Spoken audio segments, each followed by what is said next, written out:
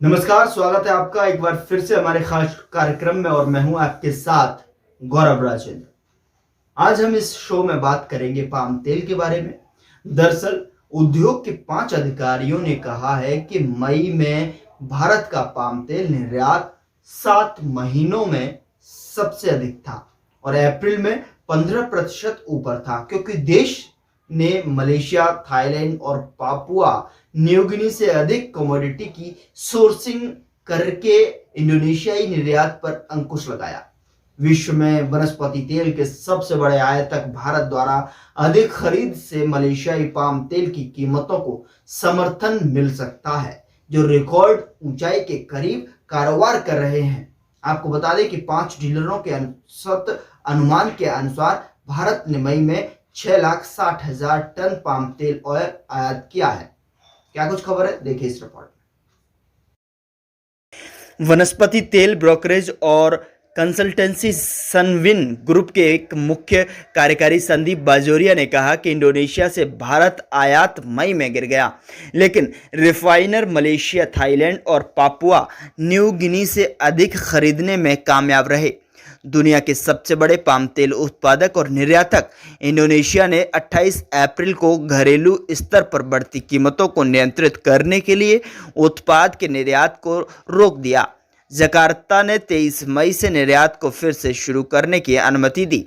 आपको बता दें कि घरेलू आपूर्ति की सुरक्षा के लिए नीतियां बनाई। Solvent extractors association of India Mumbai स्थित एक व्यापार निकाय जून के मध्य में मई के आयात के आंकड़े प्रकाशित करने की संभावना है।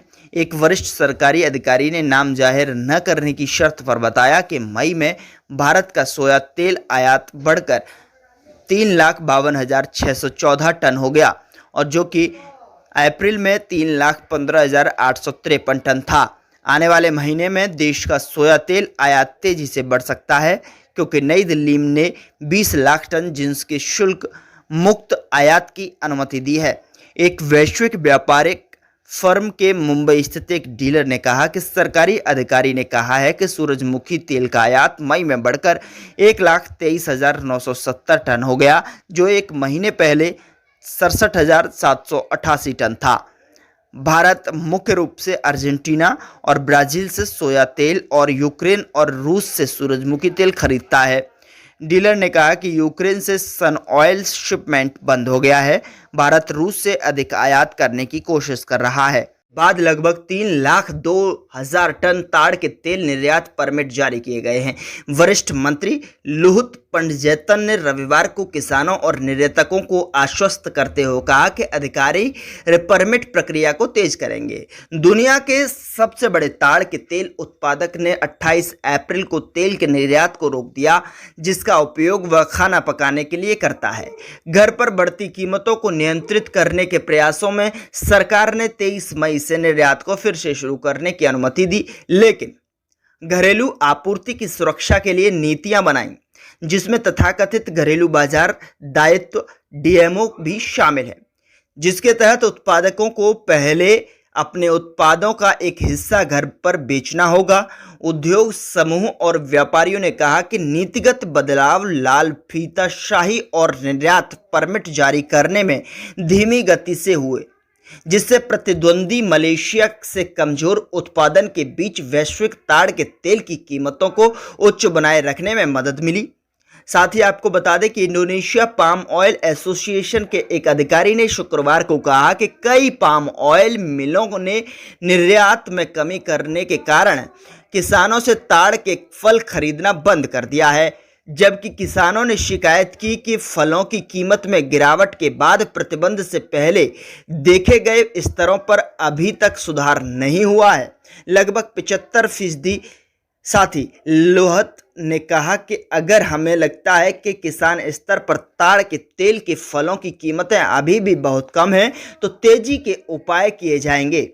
सरकार 10 लाख टन निर्यात कोटा अलग रख रही है। साथ ही आपको बता दें कि इंडोनेशिया आमतौर पर प्रति माह लगभग 2.5 मिलियन टन पाम ऑयल उत्पादों का निर्यात करता है। लोहित ने कहा कि सरकार को निर्यात की बहाली के बाद एक संक्रमण अवधि के दौरान डीएमओ के तहत ताड़ के तेल कंपनियों को प्रतिमाह 3 लाख टन खाना पकाने के तेल के बराबर बेचने की आवश्यकता होगी।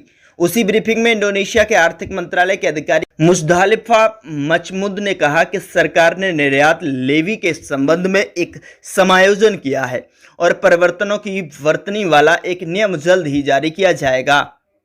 उसने अधिक जानकारी देने से इनकार कर दिया।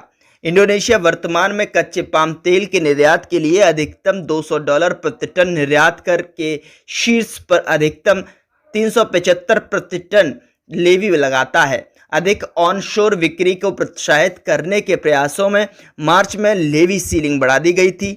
इस बीच लोहित ने यह भी कहा कि सरकार यह सुनिश्चित करने के लिए पाम सेक्टर का ऑडिट करेगी कि भविष्य में इस तरह की समस्या की पुनरावृत्ति न हो। नवंबर के बाद अधिकारियों ने सब्सिडी, निर्यात परमिट आवश्यकताओं और एक ताड़ के तेल की लेवी के साथ साथ निर्यात प्रतिबंधों सहित उपायों की एक चौंकाने वाली श्रृंखला शुरू की, ताकि कम सफलता के साथ खाना पकाने के तेल की कीमतों को नियंत्रित करने की कोशिश की जा सके।